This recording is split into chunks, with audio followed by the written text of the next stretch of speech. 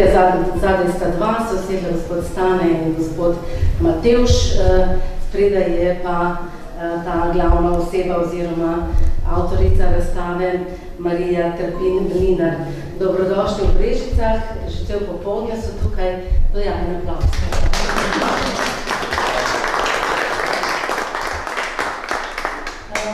Slovenska muzejska mreža je sestavljena iz raznolikih muzejev, manjših, večjih, nacionalnih, regionalnih. Ena taka posebnost pa je, da večina tovrstnih regionalnih, kot je recimo naš muzej, pa tudi Mestni muzej Idrija, svojo enoto Cirknovše, so nastali nekje kmalu po drugi svetovni vojni iz velike želje, da je dediščina, ki je v naših krajih, v naših regijah tudi dostopna, tudi da jo varujemo, da jo raziskujemo, da jo hranimo, da dobi svoje mesto v naši družbi. Tako recimo veste, da je bil naš muzej ustanovljen 26. junija 1949 in veseli smo, da nekako na to obletnico prihaja k nam razstava iz Mestnega muzeja Idrija, ki je pa lani praznoval 70 let.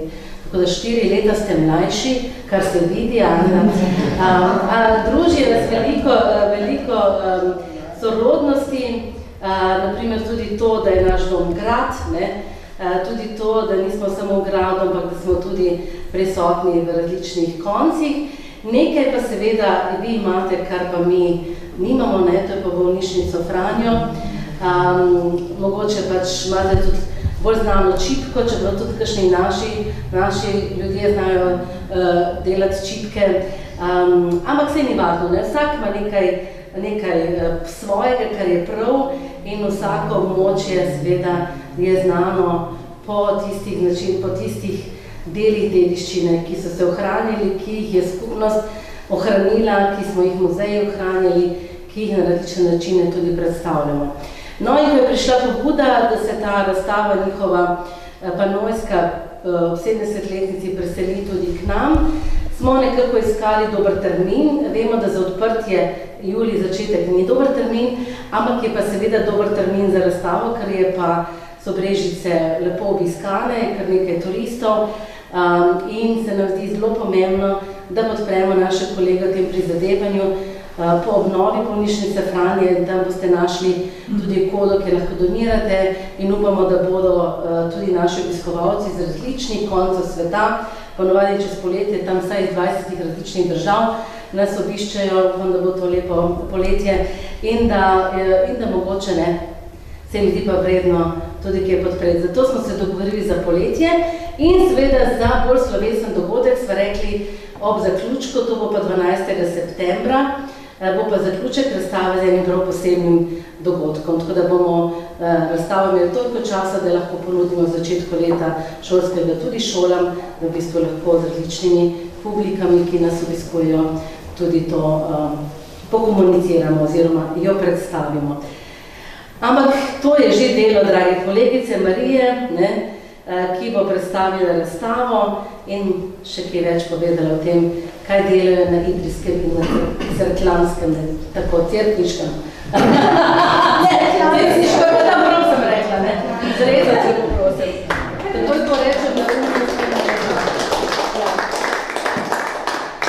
Ja, hvala za lepe uvodne besede in dobrodošlico in gostoljubje, ki ga čutimo pravzaprav že cel dan. Prav lep pozdrav tudi z moje strani in v začetku res iskrena hvala Posavskemu muzeju Brežice, tako kustosu pedagogu Boštjanu Kolarju in seveda direktorici Alenki Črnelič-Krošelj.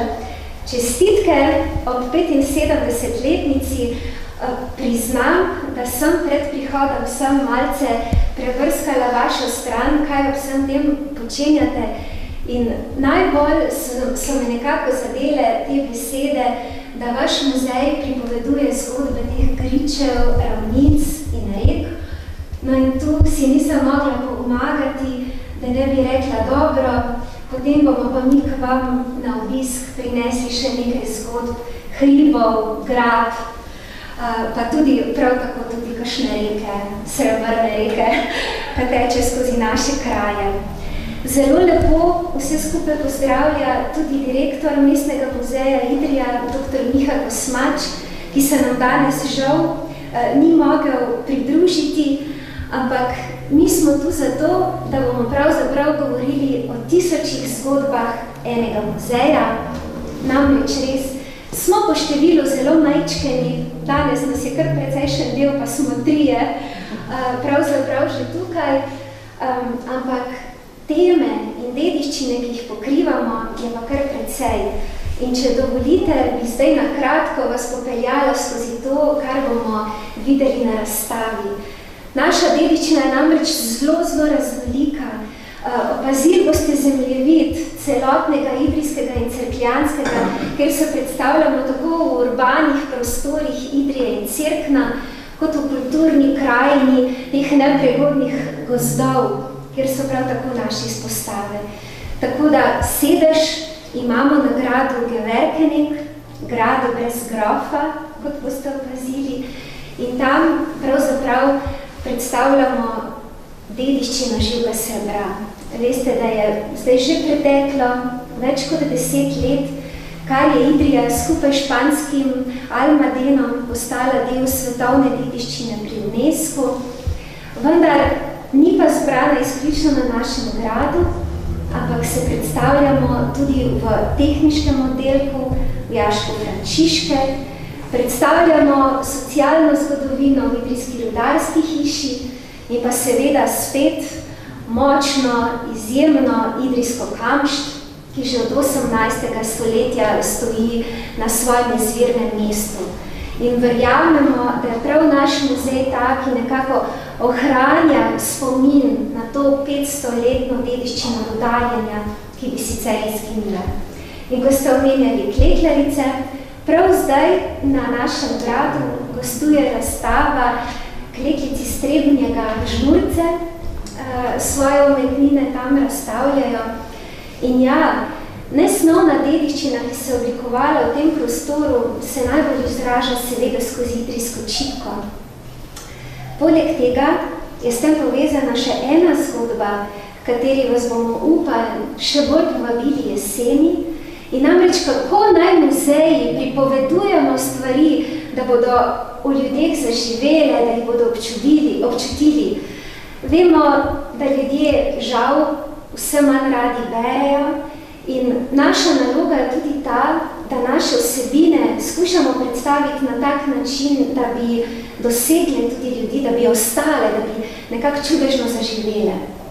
No in zdaj je menilo že kar nekaj let, kar smo se podali raziskovati začetke klekljanja v Idriji. In v arhivu smo našli veliko, debelo, tak zaprašen repertorij in začnem jaz iskati in iščem Kvekzilberberg, Verk Idrija. In potem se nenadoma noter pojavi tihotapka Melchiorca. Resnična zgodovinska osebnost, preprosta, neuka žena, ki se je rodila v 17. in nato je živela del življenja v 18. stoletju, ki se je pridružila tolpi Katovih tihotapcev. Njo so seveda to tolpo razkrinkali, ujeli in vrgli vječe na Idrijskem gradu, kjer se je tudi začel kazenski proces. No in septembra vam bomo prav v Brežicah predstavili tudi gledališko uprizoritev prav te zgodbe, kako ne rečem, plebejke, osebe, ki je iz neprivilegiranega okolja in ki se je nekako postavila po robu izobraženim mogočnim gospodom. Naša dediščina je tudi zelo različno stara. Pravzaprav razstavljamo geološke kamnine stare prek 250 milijonov let. Gotovo ste že slišali za divje babe in veliko je geološkega gradiva hranimo prav tudi iz jame in pa seveda iz obdobja antike, vezano bolj na cerkljansko, kajti negostoljubna in globoko kotlina upeta Idrija vse do začetka novega veka nikakor ni bila privlačna. Podpiramo ustvarjalnost, želimo gostiti pomembne lokalne, pa tudi širše slovenske umetnike, da lahko pri nas razstavljajo. Poleg tega skušamo nekako ohranjati to, kar nam je zaupano v varstvo. In kot že rečeno, pri pripravi te razstave nekako nisem mogla zaobiti prav dogodkov, ki so si pripetili preteklo leto in so na nas precej vplivali. Govorim namreč o vseh teh okoljskih dejavnikih, ki so se nad nas res grnili. Najprej je odneslo bolnico Franjo, potem je sledil vetrolov, ki je uničil še dostopno pot do nje, vse v roku enega tedna. Nato nam je uničilo eno razstavo, jo povsem razbilo, s katero smo gostovali. Nato se je zgodil plaz pri idrijski rudarski hiši, ki sem vam jo prej omenjala, ampak slednja je zdaj že odprta.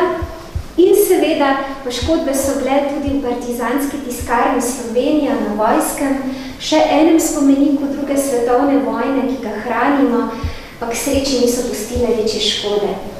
Tako da vsa prizadevanja našega muzeja so zdaj dejansko usmerjena k obnovi partizanske bolnice Franje, ampak v tem času se nas vsekakor splača obiskati.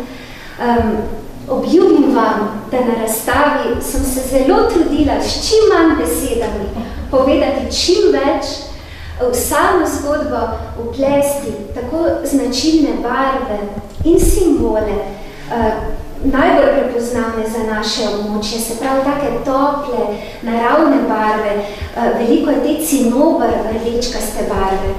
Prepoznali pa ste seveda tudi srebrnkasto živo srebro in pa belino idrijske čipke. Vidite tudi v brajni kotiček, kjer sem pa prav nastavila pravzaprav delček. Eno je katalog, kjer lahko spoznate delo našega muzeja skozi teh 70 let. Drugo je pa tudi ta zgodba o tihotapki, ki smo jo zapakirali tudi v slikanico. Tako da zelo lepo vabim k ogledu. Bi v resnici pustila potem besedo razstavi naprej, da me ne boste predolgo poslušali. Upam, da vam bo všeč, da boste morda odkrili tudi kaj novega, pa čeprav se vam zdi, da ste o Idrino tem veste že vse, da pa na vas kaj mislim, da sem jaz kar tak ena zjala, kaj je prišla duhni kut, pa še neki malo pa domače povedala. Se, če bi prav dal pa idrsko klamfala, kaj malo ne bo navedno več zastupu, tu sem čist zihar. Ampak, če ste dosti karajžni, da pa poje kar pa cukajte, pa bom pa idrsko govorila, prav. In mi zmiri rečemo na koncu, tudi če Prus, tudi če že zla dolgo ni več rudnika odprt, ampak ena stvar, kar pa ostala, nisem plehnuska, je tudi ta srečno. Na ta način se pa še zmeri pa zdravljamo. Tako da preden se jaz pa slavim od ta, mi pa dovolite, da se najlepše zahvalim, pa izročim eno skromno darilce vaši direktorci. Najlepša hvala. Pravimo, da je naš grad grajski posebnež in da se o njem govori, ker je pač grad brez grofa. Pa še gospoda Kolarja bi tudi povabila.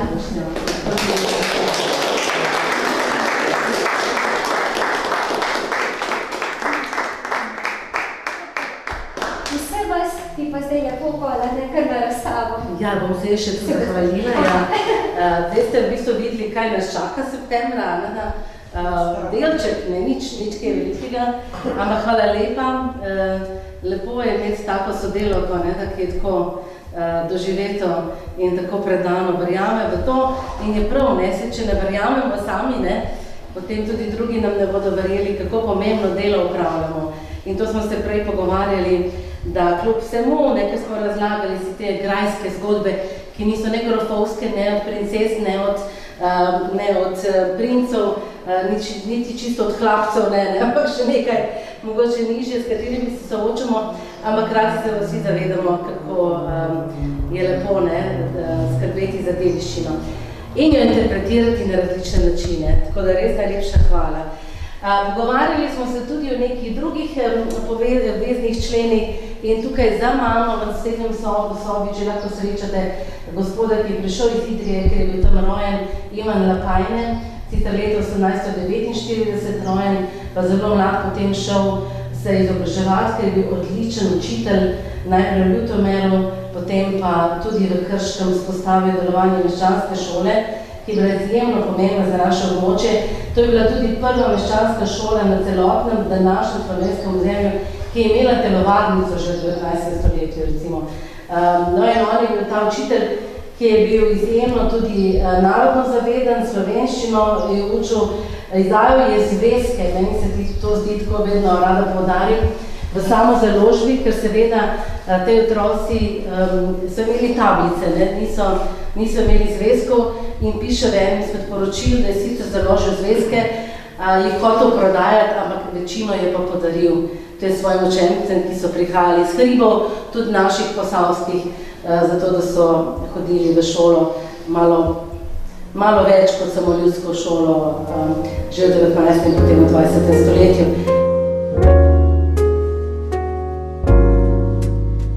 Delavcem, se pravi, boste morali biti pa naprej, Matevž pa gospod Stane, da boste prišli v prvo vrsto.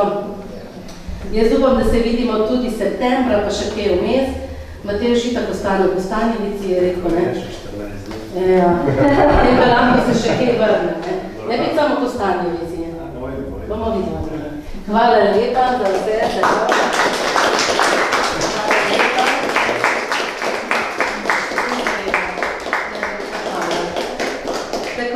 Tako kot je naša kolegica obljubila, da se lahko pogovarjate z njo celo po idrijsko, če kdo zna.